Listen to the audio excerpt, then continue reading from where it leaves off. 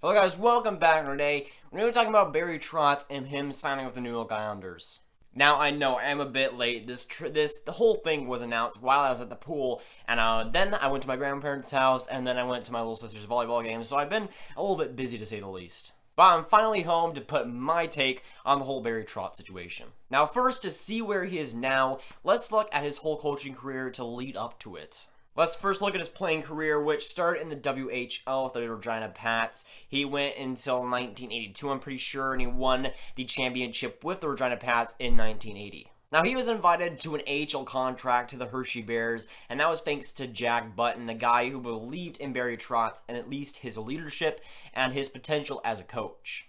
Obviously, some pretty decent foreshadowing there, as Jack Button was obviously right. Now, after that, Trotz began his coaching career as an assistant coach with the University of Manitoba. Then he became the head coach in 1985 for the Dauphin Kings in I think it was the Manitoba Junior Hockey League, something like that. And he went back to University of Manitoba after that as well.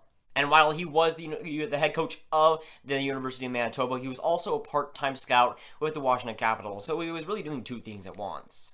After that, he became the head coach of the Baltimore Skipjacks, whatever that means, in 1992. That was the AHL team of also the Washington Capitals. And then after that, he was still the coach, but the team moved to Portland to become the Portland Pirates. And Barry Trotz won that Calder Cup in their first season and got to the Calder Cup once more throughout his career there too. After his 5-year stint there, he became the first head coach for the Nashville Predators in their inaugural season and ended up coaching the Nashville Predators for a whopping 15 years and, of course, ended up getting signed by Washington in 2014. And, of course, now we know the whole story, him winning the Stanley Cup this season with the Washington Capitals in 2018, him being a Stanley Cup winner. But the whole situation here is that his contract was up after this season, and the original deal was for him to get a 2-year extension if he were to win the Cup, and only if he were to win the Cup. But the money was not there for him. I think it was like $1,400,000 along with that. And for Barry Trotz, that is way less than what NHL coaches are getting paid today. So Barry Trotz declined that offer and ended up going somewhere else, and of course ended up testing the market, and him signing today for a 5-year, reportedly $4 million per year contract with the New York Islanders. And obviously it's surprising news that he's gone this far.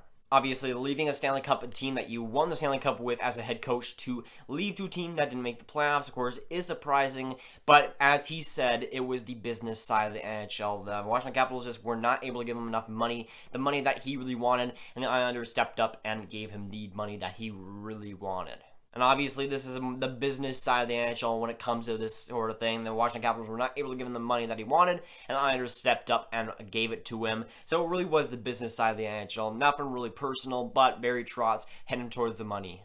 And I can't really blame him for that. He's at the point of his coaching career where it's heading towards the end of it, so I can see why he would seek out that money. And good for him, getting $4 million per year to be a coach for the New York Islanders. I'd take that any day. Of course, it is still a situation where the head coach of a Stanley Cup winner leaves for another team that didn't make the playoffs. It is weird, and it's going to be really weird to see the Washington Capitals next year without the head coach that won them the Stanley Cup. That's going to be the weirdest part as well. But for the Islanders, they got a shiny new coach that was just off a Stanley Cup winner. That'll definitely improve their quality as well. Having Doug Weight, I still think Doug Weight was a decent coach, but of course, a huge upgrade in Barry Trotz.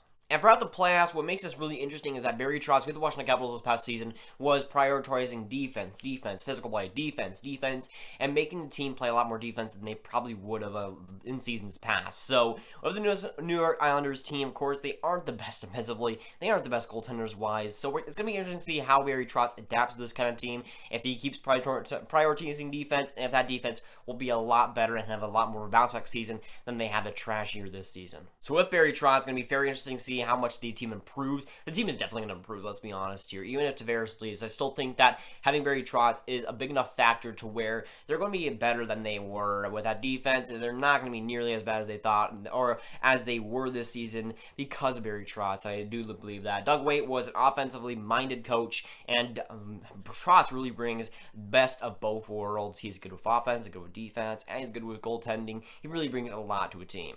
And for the New York Islanders, who have giant holes, that's something that I think is definitely going to help them for the future and definitely going to help them for the present. And honestly, I was kind of surprised that the New York Islanders gave him that much money, even though he's going to be a great fit there and is going to be a great coach. I'm kind of surprised that New York went out and gave him $4 million per year and gave him the money. I'm kind of surprised that New York was able to do that. It seemed like a perfect fit on paper, but I'm still surprised that Islanders went after that. But he's still going to be fantastic. I do believe that he'll be an obvious impact and an immediate impact in that locker room, on the playing field and on the ice. I feel like it's going to be a great signing for them.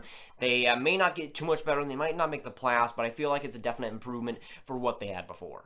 It also means that Tavares has a much bigger chance of staying. I've already seen rumors that he's really close with re-signing with the New York Islanders, so that's a big thing. I mean, if you had Barry Trotz as your coach, I think that Tavares would obviously stay or be a little bit more lenient towards the Islanders staying. So I feel like it's a big signing for the Islanders, big signing for Tavares, and a big signing for Barry Trotz. I think the team in general will profit. I think Tavares will profit from this. I feel like Barry Trotz will definitely profit in the money side of things, but I do believe there's a great signing for everything all around. For the Washington Capitals, it is a weird situation why they had to let him go, but it was all about business here, and Barry Trotz goes where the money is, and that's going to be in New York, where he's going to make the team a lot better. So that's great for today, guys. Make sure to like, subscribe, comment down below what you think of Barry Trotz's coaching career leading up to this. What do you think of the whole situation of him joining the New York Islanders after winning the Stanley Cup with the Washington Capitals this season? And I'll see you guys later. Goodbye.